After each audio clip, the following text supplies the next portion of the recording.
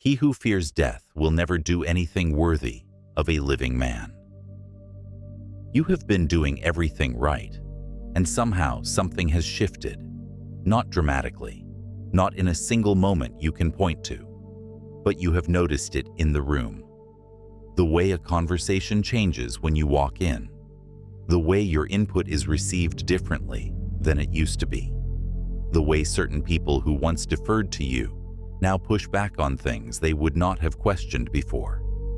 You have not done anything obviously wrong. You have not lost your competence. You have not changed your values. And yet something in how you are being read by the people around you has changed, and you cannot name exactly when it started or what caused it. That gap between who you know yourself to be and how you are being received is one of the most disorienting things a man with real history can experience, because it does not come with a clear explanation. It just accumulates quietly until one day it is impossible to ignore. What you are about to hear is not a list of behaviors to correct. It is the single mechanism underneath all of them. The Stoics identified it with a precision that most modern frameworks entirely miss. And once you see it clearly, you will recognize it not just in the past, but in real time, in the specific moments where it is happening right now. The mistake that looks like a virtue, the men who lose respect without knowing it, are almost never losing it for obvious reasons. They are not losing it because they are weak. They are not losing it because they have failed publicly, or behaved badly, or treated people poorly. Those are visible problems with visible causes. The man who loses respect invisibly is usually losing it precisely because he is trying too hard to maintain something that cannot be maintained by trying. He over-explains his decisions, not because he is unsure of them. He has thought them through carefully and believes they are sound, but because somewhere along the way, he developed the habit of making sure the people around him understood his reasoning. He wants them to see that he considered the angles, that he was thorough, that his judgment is trustworthy, and in doing so, he communicates the opposite of what he intends.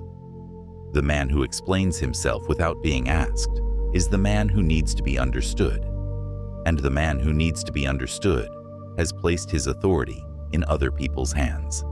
He accepts dynamics he would not choose if he saw them clearly. The meeting that runs 30 minutes over his schedule because someone else did not prepare.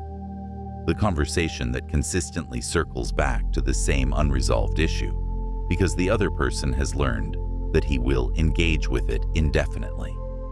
The relationship where his standard of reliability has trained the other party to expect that standard without reciprocating it. None of these feel like concessions in the moment. Each one has a reasonable justification. But cumulatively, they communicate something he did not intend to communicate. He responds to provocations that do not deserve a response. Not because he is reactive, he considers himself measured, but because he has confused engagement with respect. He believes that if he does not address something, he is allowing it to stand. What he has not understood is that some things lose their power the moment they receive attention, and gain power precisely because he chose to engage. The thread connecting all of these patterns is not weakness. It is a specific misunderstanding about where respect actually lives and what produces it. Marcus Aurelius wrote in his private journal about this misunderstanding with unusual directness. He noted that the man who performs virtue for an audience has already lost something essential, not because the virtue is false, but because the performance reveals that he requires the audience to validate it, and that requirement, the need to be seen as the man he believes himself to be, is exactly what undermines the thing he is trying to protect. Never esteem anything as of advantage to you that will make you break your word or lose your self-respect. Self-respect and the respect of others are connected, but not in the way most men assume. They assume that if they behave well, others will recognize it. What the Stoics understood is more precise. The man who behaves well because he requires recognition will eventually behave differently when recognition is not available, and that inconsistency, invisible most of the time, but present in specific moments of pressure, is what other people actually read. Write in the comments right now one word for the dynamic in your life where you feel this happening. You do not have to name the person, just the pattern. What the Stoics understood that most men miss. The Stoic framework for understanding respect begins not with behavior, but with something underneath behavior. It begins with the dichotomy of control, the foundational distinction between what is within a man's power and what is not. Most men understand this principle intellectually. Fewer apply it to the specific question of how they are perceived by others. Here is the application that changes everything. What other people think of you is not within your control. It never was. Their perception is shaped by their own history, their own fears, their own agenda, their own limitations. You can influence it, but you cannot determine it. And the man who organizes his behavior around managing that perception has built his foundation on ground that shifts beneath him every time the people around him change, grow, or simply decide to see him differently. Epictetus was a slave who understood freedom better than most free men ever have. He taught that the moment a man places his well-being in the hands of something outside his control, he has made himself a slave to it. Most men understand this in the context of wealth or health or outcomes. Fewer apply it to the specific question of reputation and respect.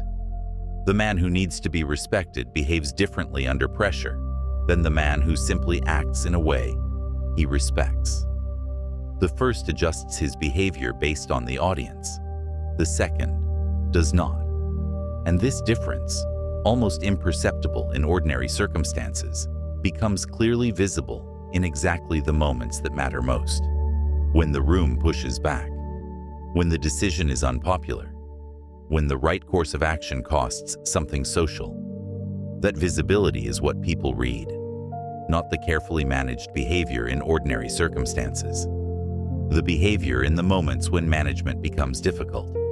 This is worth dwelling on, because it contradicts what most men have been taught about how respect works. The conventional understanding is that respect is earned through demonstrated competence, consistent reliability, and visible integrity. And those things do matter, but they are not sufficient, because a man can demonstrate all of those things and still communicate in the specific way he responds to pressure, that he is operating from a need to be seen rather than from a settled sense of what he is. The man who has spent 20 years building a reputation for competence and then over-explains a single decision under pressure has not erased those 20 years. But he has revealed something about where his foundation actually sits, and the people in the room who have been reading him for those 20 years update their understanding accordingly, not consciously, not with judgment, but the update happens, and it is difficult to reverse. Marcus Aurelius understood this because he faced it at the highest possible level. As emperor, his every decision was observed, interpreted, and discussed by people whose interests were directly affected by what he chose. He could not manage all of those perceptions. He knew that. And so, rather than trying to, he returned again and again to the only thing he could actually control: the quality of his own reasoning and the integrity of his own actions. Seneca observed that the man of genuine character is consistent, whether observed or not because he is performing consistency, but because there is nothing to perform. He behaves the same way in the room and outside it, when he is agreed with, and when he is challenged, when the stakes are low and when they are real. And that consistency, accumulated over time, produces something that no managed performance ever could. Withdraw into yourself. The man who has done this work does not need the room to confirm what he already knows. This is not arrogance. The man who has withdrawn into himself in the Stoic sense is not the man who has decided he is above other people's opinions. He is the man who has done the honest work of knowing what he actually values, what he actually stands for, and what he will and will not compromise. So clearly that he does not need external confirmation of it. That clarity is what other people read as authority, not the performance of authority, the actual thing, the moment it happens, and how to see it in real time. The loss of respect does not happen in dramatic moments. It happens in small ones. And the pattern, once you can see it, is consistent. It happens when a man justifies a decision that was not questioned. He makes a call, someone in the room pauses, and before the silence has even fully formed, he fills it with explanation. He tells them why he decided, what he considered, what he concluded. The person who paused was not challenging him. They were simply processing. But his instinct to explain, trained by years of wanting to be understood, read the silence as a gap that needed to be closed. And in closing it, he communicated that he was uncertain, not of the decision, of whether the room approved of it. It happens when a man accepts a lower standard from someone he has allowed to set the terms. The colleague who consistently delivers late because he has learned that his work will be covered. The person who raises the same unresolved issue repeatedly because the man has trained them to expect that he will engage with it every time. The dynamic where his reliability has become the floor rather than the standard, meaning everyone around him operates at a lower level and trusts that he will compensate. It happens when a man responds to something designed to provoke him, not explosively, often very calmly, even thoughtfully. But he responds. He engages with the premise, addresses the accusation, corrects the mischaracterization, and in doing so, he grants the provocation a legitimacy it did not have until he acknowledged it. The man who does not respond to what does not deserve a response has communicated something that the man who responds carefully has not. He has communicated that his attention is not available on demand. These moments are not failures of character. They are failures of recognition. The man does not see them as significant while they are happening. They feel like normal interaction, like responsibility, like thoroughness, like measured engagement. What he does not see in the moment is how they accumulate into a signal. On every occasion, ask yourself, is this one of the things which are in my own power, or those which are not? That question, applied in real time in those specific moments, changes the calculus entirely. Is filling this silence within my power? Yes. Is the room's interpretation of my silence within my power? No. Then the question becomes, which of those should be driving my behavior right now? Most of the time, when that question is asked honestly, the answer points in a different direction than the instinct. Name it in the comments. One pattern from this section that you recognize in your own life right now, not from years ago, from this week. What the man who does not lose it looks like. There is a specific quality that the man who maintains genuine respect over time has that is rarely described accurately. It is not confidence in the conventional sense. The man who maintains respect is not necessarily the loudest in the room, the most assertive, or the most visibly certain. Sometimes he is the quietest. Sometimes he is the one who says the least. But when he speaks, it lands differently than when others speak. When he decides, the decision holds differently than when others decide. When he does not respond, the silence carries weight rather than anxiety. What produces this quality is not a set of behaviors. It is a specific internal orientation that Marcus Aurelius returned to again and again in his private writing. The orientation of a man who has made the judgment about himself before the room makes it, who already knows what he stands for before the moment tests it. This is the Stoic concept of the examined life, applied to the specific question of how a man carries himself, not examined in the abstract sense of knowing your values, examined in the practical sense of having worked out, in private, what your actual behavior will be in the specific situations where your character is most tested. The man who has done this work does not need to decide in the moment whether to explain himself. He already knows, not because he has a rule about it, because he understands clearly enough what explanation communicates that the instinct to explain has been replaced by the instinct to act and let the action speak. He does not need to decide in the moment whether to accept a lower standard. He has already drawn the line in his own mind between what he will accommodate and what he will not. And when the situation reaches that line, his response is not a decision. It is a reflection of something already settled. He does not need to decide in the moment whether to engage with a provocation. He has already understood that his attention is his most valuable resource, and that directing it towards something that does not deserve it costs him more than it costs the provocation. There is a specific thing that happens in the room when this man is present that is worth naming precisely.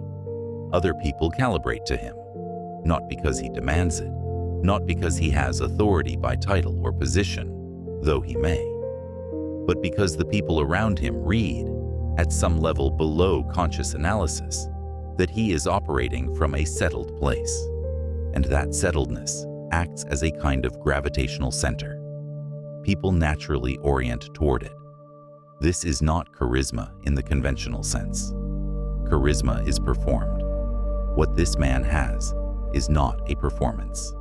It is the quality of a man who has done the private work of knowing himself clearly enough that the public version of him requires no maintenance. He does not have to think about how he is coming across, because he is not managing how he is coming across. He is simply there, operating from his actual values and trusting that the result of that is sufficient. The men around him, who are managing their impression, feel the difference acutely, even if they cannot name it. They experience his presence as pressure, though it is not aggressive, as clarity, though he may say very little, as authority, though he may not invoke it. And this is the precise quality that erodes when a man begins to manage, rather than simply be. The moment he starts calculating how to be received, he loses access to the thing that made him compelling in the first place. The wise man is self-sufficient. He needs nothing external to confirm what he already knows about himself. That self-sufficiency is not isolation. This man has deep relationships, genuine collaborations, real investments in other people. What he does not have is a dependency on those relationships to confirm his own worth. He brings his full self to them. He does not bring a version of himself calibrated to maintain their approval. And that difference between the man who brings himself and the man who manages what they see of him is what every person in the room reads, whether they can name it or not. The practice that changes this. The Stoic practice for this is not behavioral modification. It is not a rule about when to speak and when to stay silent. It is something that happens before the moment, in the private, unobserved work of a man who is honest enough with himself to examine what is actually driving his behavior. Marcus Aurelius called it the morning examination. Before the day began, before the room filled with its demands and its dynamics, he would sit with the question of who he intended to be that day. not what he intended to accomplish, who he intended to be. That distinction is precise. A man who enters the day knowing what he wants to accomplish has goals. A man who enters the day knowing who he intends to be has a foundation. And the man with a foundation does not need to make decisions in the moment about whether to explain himself, accept a lower standard, or respond to a provocation. Those decisions have already been made. What happens in the room is just the execution of something settled in private. The practice has three components. The first is honest identification. Before the day begins, name the specific situations where you are most likely to fall into the patterns this video has described. Not in general, specifically. The meeting where you tend to over-explain. The relationship where you have accepted a standard you would not choose. The person whose provocations you have been engaging with. Name them. Not to judge yourself, to see them clearly enough that when you are in the moment, you recognize what is happening. The second is pre-decision. For each situation you have named, decide in advance what the behavior that reflects your actual values looks like. Not the behavior that manages the room. The behavior that you would be able to defend to yourself at the end of the day regardless of how the room received it. The specificity matters. I will be more confident is not a pre-decision. I will state my position once, clearly, and not add to it regardless of what follows is. The third is the evening review.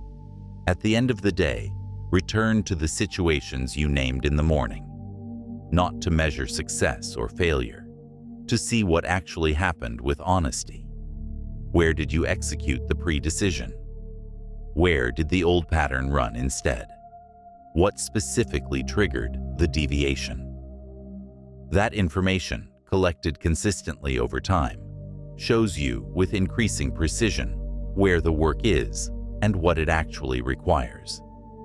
Most men resist this kind of structured self-examination because it feels like adding work to an already full day. But the man who has been doing the unstructured version of it, lying awake replaying the day's interactions, wondering why something landed the way it did, is already spending that time. He is spending it without a framework, which means he is generating emotion without insight. The Stoic practice converts that same time into something that actually builds. The other resistance is more honest and worth naming directly. This work requires a man to look at the gap between who he believes himself to be and how he actually behaved in specific moments. And for a man who has spent years building a self-image based on competence, integrity, and reliability, that gap is uncomfortable to see. It is easier to explain the moments away. The Stoics did not allow that exit, not because they were harsh, but because they understood that the exit was the thing keeping the man from the change he said he wanted. The uncomfortable gap, looked at directly and without defensiveness, is the information. It is not evidence of failure. It is the precise location of the work. Marcus Aurelius returned to this again and again in the Meditations, not as self-punishment, as honest navigation. He was the most powerful man in the known world, and he sat down regularly to examine where he had fallen short of his own standard, not to diminish himself, to know himself accurately enough that tomorrow would be different in the specific ways that mattered. If it is not right, do not do it. If it is not true, do not say it. That standard, applied not to grand decisions, but to the ordinary moments in ordinary rooms, is what the practice produces over time. Not a man who never feels the pull of the old patterns.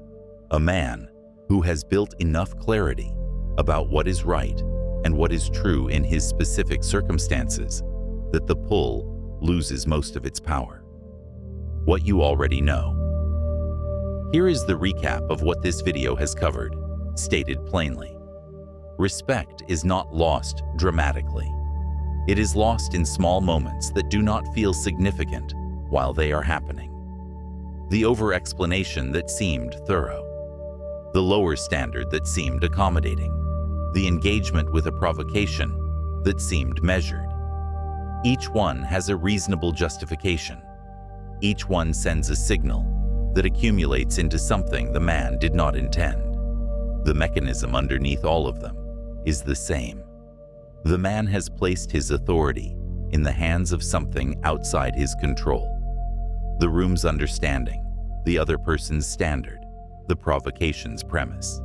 And the moment a man's behavior is organized around managing those things, the people around him read it, not because they are analyzing him, because they are human, and humans are extraordinarily sensitive to the difference between a man who is operating from his own center and a man who is managing what they see of him.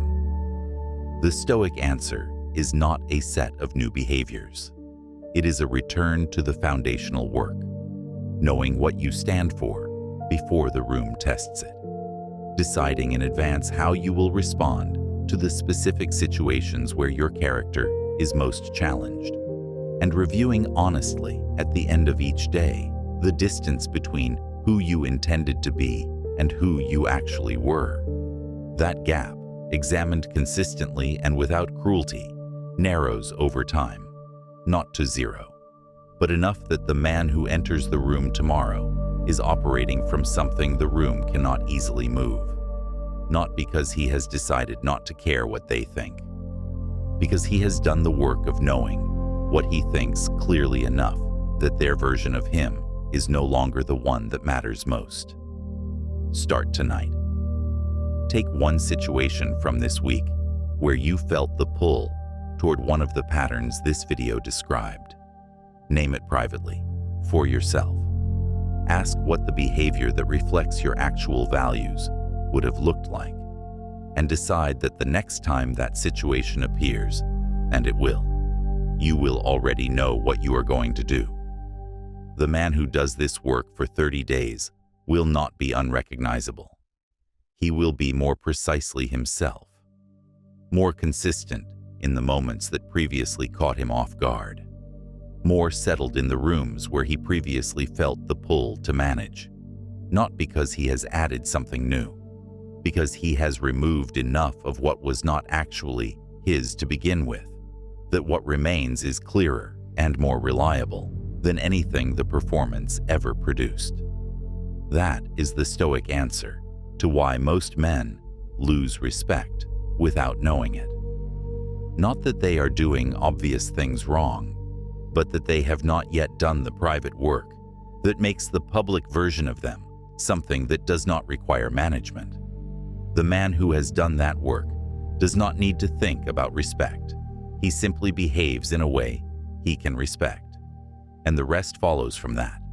If this is the kind of work you want to keep building, this channel is here every week. Every video takes one idea further than the last. Subscribe so you do not miss what comes next.